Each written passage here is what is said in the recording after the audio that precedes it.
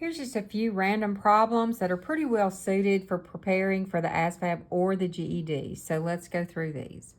Our first one is just an expression to simplify, so we're going to be using the order of operations, PEMDAS, or as I like to call it, GEMDAS. So when you're doing GEMDAS, first you do your grouping symbols, which is your parentheses. 2 minus 6 is negative 4. Next, you do your exponents. 4 to the second power is 16. So what I have right now is 16 plus 3 times negative 4. Your next is to do multiplication or division as you come to it from left to right. So 3 times negative 4 is negative 12. All right, now you're doing addition, subtraction. So 6 plus negative 12. Since your signs are opposite, to combine them, you're going to subtract and take the sign of the larger number. So 16 minus 12 is 4. 16 is positive, so that's your answer. Okay, number 2, 60 is what percent of 90? Now, a lot of people like to do these with proportions and the butterfly and all this kind of stuff. I just like to go with algebra because it's the same every time. I look for 2 key words. Is means equals, and of means times. And now I can just fill in. 60 goes here. What percent? That's my unknown, so that's going to be X, and times 90. And if you want to rewrite it to put the 90 in front of the X, you certainly can.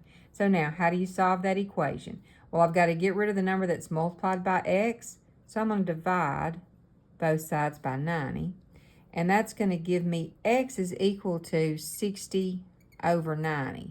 Now I need to convert this to a percent. And the way you do that is you divide, get it into a decimal, and then move your decimal 2 places to the right.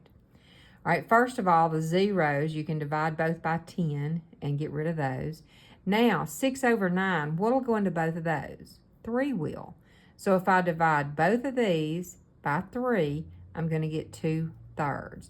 Now, I happen to know that 2/3 is 0.666 repeating, so you would round up to 6/7. But if you don't know that, how could you figure it out? Well, all you have to do is divide 3 into 2, carry it over 3 decimal places. All right, 3 will go into 20 6 times. 6 times 3 is 18. Subtract, and you get 20 again. 3 will go into 20 6 times. 18. You see, it's just going to keep on going. So you can stop here and round up to 0.667. Now that's a decimal, so to change it to a percent, you move it over 2 places, so that's going to give you 66.7% for your final answer.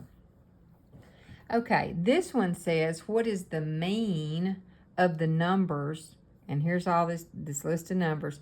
So how do you find a mean? You add up all the numbers and then you divide by how many there are. Now I'm going to stack these over here. Remember, this is the part where you're not using a calculator. So you're going to have to do this by hand. And let's see, 1, 2, 3, 4, 5, 6, 7. 1, 2, 3, 4, 5, 6, 7. Okay. So when you add this column of ones up, pick numbers that, easily add since you're doing this in your head. For example, 6 and 4 is 10. That's a good starting place. Plus 4 is 14. Plus 4 more is 18. Now I can grab this 2, and that makes 20. Plus 4 is 24 because the 0 doesn't carry your 2. All right, now this was a 9. So now let's go 9, 10, 11, 12. 13, 14, 15, 16, 17, 18, 19, 20, 21. So put the 1 and carry your 2. All right, 8, 9, 10, 11. So the sum of all these numbers is 1,114.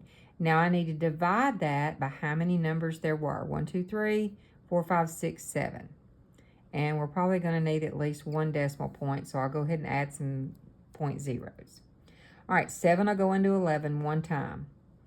Multiply 1 times 7 is 7, and subtract. So that's going to give you 41. All right, 7 will go into 41 5 times. 5 times 7 is 35. So when I subtract, that's going to give me a 6. And now I'm bringing down the 4. All right, 7 will go into 64 9 times. 9 times 7 is 63. So you subtract and get 1. All right, put your decimal up here and bring down the 0. How many times will 7 go into 10?